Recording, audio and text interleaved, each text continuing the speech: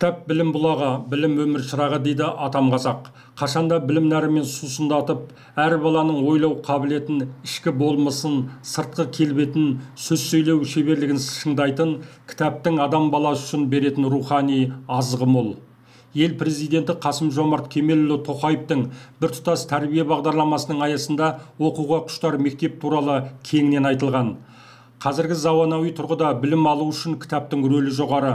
Түркістан облысы Төле би ауданы Жаңажол ауылындағы Жаңажол жалпы орта білім беретін мектебінде коворкинг орталығы ашылды. Орталықтың ашылу ұйытқысы болған ауыл тұрғындары көрінеді.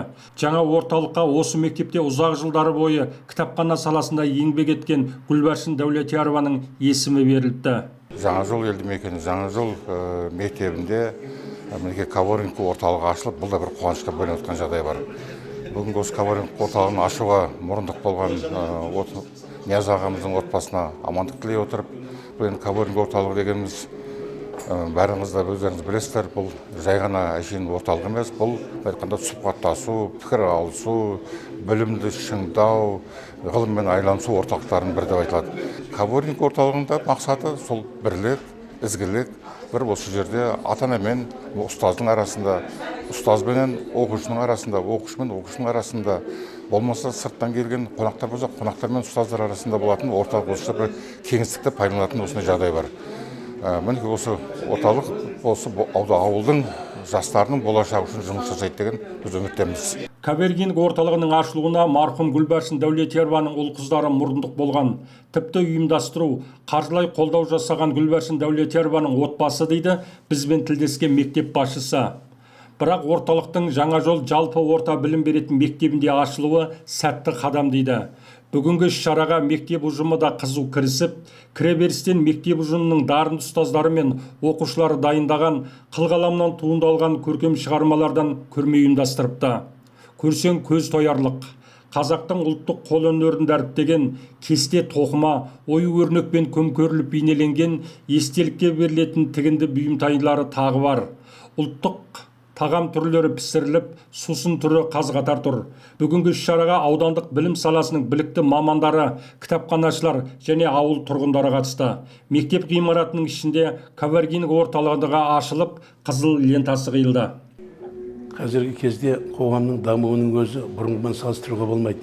Кешегіні бүгінгімен, бүгінгіні ертеңгімен салыстыруға болмайды. Дәл қазіргі ұрпақтардың өзінің білім саласы, қоғамға көзқарасы, ол бүтінде келешектегі өмірге келетін ұрпақтардың көзқарасы мүлдем бөлек болуы мүмкін. Өйткені қоғамның қазір нағыз қарыштап дамып жатқан кезі.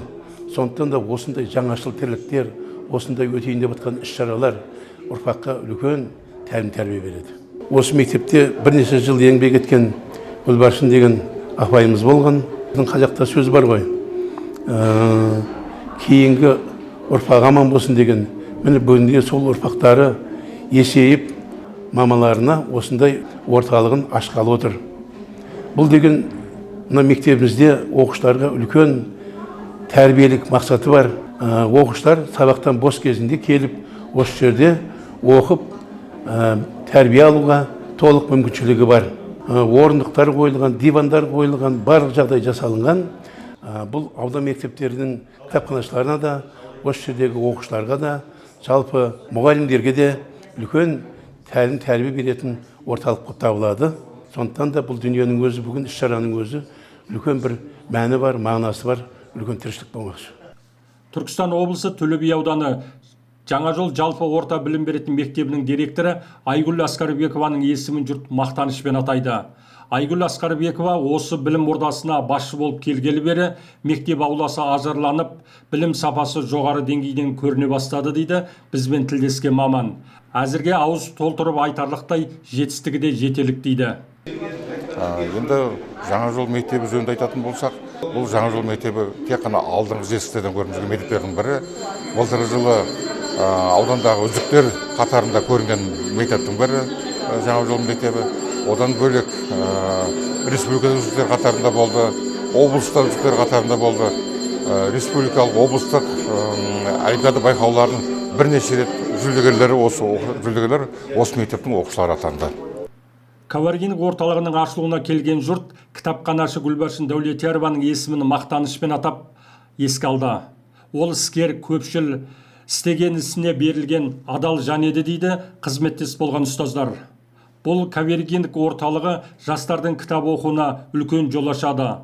Ұжым болып ақылдасуға, жаңаша іс бастауға орталықтың орны бөлек дейді. Ауыл іргесінен коворкинг орталығының ашылуы ауылға деген бетбұрыстың алғашқы қадамы. Ауылдың беделінің артуы, жаңашылдыққа қадам басу, жаңа істің бастауы дейді жұрт. Бүгін мектебімізде кереметтей үлкен бір ауқымды іс-шара өтіп жатыр. Яғни кітапханашылардың іс-шарасы. Бұл жерде біздің мектебімізде коворкинг орталығы ашылып жатыр. Яғни ол оқушыларға жайлы, өздерінің бір шығармашылық жұмыспен айналысуға жайлы бір орта болмақшы. Осы орталықтың ашылуына демеушілік жасап отырған Отынбаев Нияз ағайдың отбасына, ол орталықтың пайдасы біздің оқушыларымыздың, яғни мұғалімдеріміздің шығармашылықпен айналысуға бір ашық алаңы болып саналады. Жаңа мектебінде былтырғы оқу жылын айтатын болсақ, бірнеше үлкен жетістіктерге жеттік. Яғни облыс көлемінде 13 оқушымыз марапатталды, аудан көлемінде 21 оқушымыз марапатталып, республика көлемінде 3 оқушымыз марапатталып, үлкен жетістікке жетіп отырық. Ол жерде шығармашылықпен жұмыс жасайды оқушыларым. Жаңа оқу жылында да үлкен жетістіктерге жетеді деп сенемін. Заманауи тұрғыдан дамыған кітапхана ісінде жаңашыл бағыт, жаңа стиль, жаңа қадам орталықтың ажарын аша түсіпті. Жұртты білім нәрімен сусындататын кітап қоры да жетерлік. Оқырмандар легі көбейіп, кітапқа қызығушылықтардың да қарасы көбейіпті. Орталықтың ашылуы тіпті бала тәрбиесіне әсер береді дейді бізбен тілдескен маман. Тәрбиесі меңгерушісі ретінде мен бұл оқушыларға бұл орталықтың тәрбиелік мәні өте зор. Себебі осы орталық арқылы біздің оқушыларымыз өткенмен танысады, оқулықтармен танысады, жазушыларымыздың өмірімен танысады, және өткенін білмеген болашағын білмейді дейді. Сондықтан да бұндағы мақсатымыз біздің оқушыларымыздың өткен тарихымен таныстырып, оқулықпен жұмыс жасауға баулу. Менің ойым, бұл жердегі орталықтың менің оқушыларым үшін тәрбиелік мәні өте зор деп. Қашанда жаңалыққа жаны құштар ауыл тұрғындары үшін бүгінгі күн қуанышты күн. Коворкинг орталығының ашылу мерекесінің соңы Жаңа жол жалпы орта білім беретін мектебінің көркем өнерпаздары дайындаған концерттік бағдарламаға ұласты.